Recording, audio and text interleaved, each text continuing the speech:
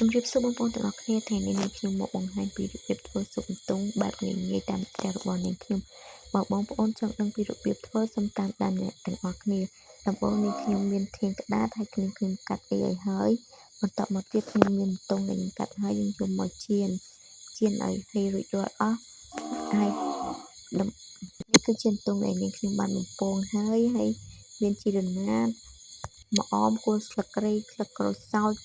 ខ្ទឹមសខ្ទឹមក្រហមខ្ទឹមបំពងដែលយើងចិត្តឲ្យអស់ហ្នឹងអានេះធាងក្តាតដែលយើងយកមកច្របាច់អំបិល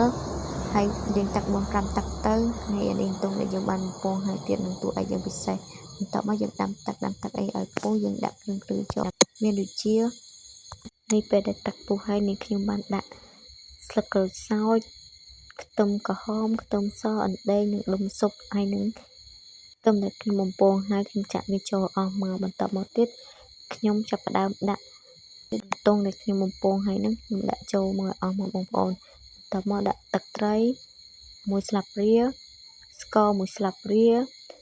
អំបិលកន្លះស្លាបព្រានិងរ៉ូឌីកន្លះស្លាបព្រានិងប៊ីចេងកន្លះស្លាបព្រានេះដាក់តាមចំណង់ចំណូលចិត្តបងប្អូនហើយយើងចាប់ផ្ដើមភ្លក់ទៅប៉ុណ្ណឹងទៅនឹងចិត្តយើងនឹងខ្ញុំដាក់ប៉ុណ្ណឹងគឺអូខេល្មមផ្ទះរបស់នេះខ្ញុំហើយបងប្អូនដាក់មិនទៀតក៏តាមនឹងទៅណាបងប្អូនទាំងអស់គ្នាឃើញបងប្អូនតំណងអត់តំណងបងប្អូននិយាយមែនបញ្ចូលសម្លេងម្ដងហើយឃ្លានទៀតហើយបងប្អូនបន្ទាប់មកយើងឃើញពពុះអីហ្នឹងយើងដួសចេញអស់មកដល់ពេលទឹកពុះទឹកអីហើយយើងចាប់ដើមដាក់ធាងក្តារចូលបងប្អូនដល់ពេលយើងទុកមកពុះអីយើងទុកមកពុះទៀតយើងចាប់ដើមដាក់ម្អមនិងជីរណាចូលប៉ុណ្ណឹងរួចជាការស្រេចបន្ទាប់មកទៀតយើងដួសដាក់ឆ្នាំងមួយមកបងប្អូនដើម្បីអត់បានថតឲ្យបងប្អូនមើលអានេះដាក់កាត់ណាបងប្អូនបើដាក់ទៀតច្រើនណានេះយើងដាក់ដល់គោឆៅបងប្អូនមើលតំណងឲ្យបងប្អូនកាន់តែតំណងមកភ្លេចបងប្អូន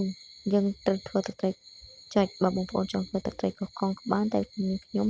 ចូលចិត្តទឹកតៅហ៊ូចឹងនេះខ្ញុំធ្វើទឹកតៅហ៊ូទៅ